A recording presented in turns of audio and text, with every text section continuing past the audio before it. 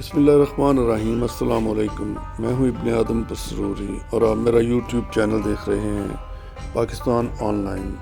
سب سے پہلے تو آپ سے گزارش ہے کہ اس چینل کو سبسکرائب کر لیں تاکہ آئندہ بھی آپ تک ہماری ویڈیوز پہنچتی رہیں۔ آج میں بات کرنی ہے پاکستان کے جید اور معتبر مستند عالم دین جناب مولانا طارق جمیل صاحب کے بارے میں۔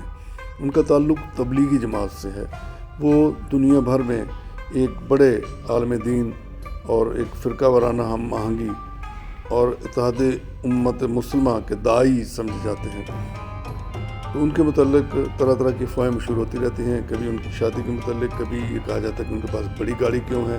اب تازہ افواہ یہ مشہور کر دی گئی ہے کہ ان کے اکاؤنٹ میں 49 ارب روپے نکل آئے ہیں اور ایف آئی اے نے اس اکاؤنٹ کو منجمد کر دیا ہے، جبکہ حقیقت اس کے بالکل الٹ ہے اور نہ ایسا کوئی واقعہ نہیں ہوا۔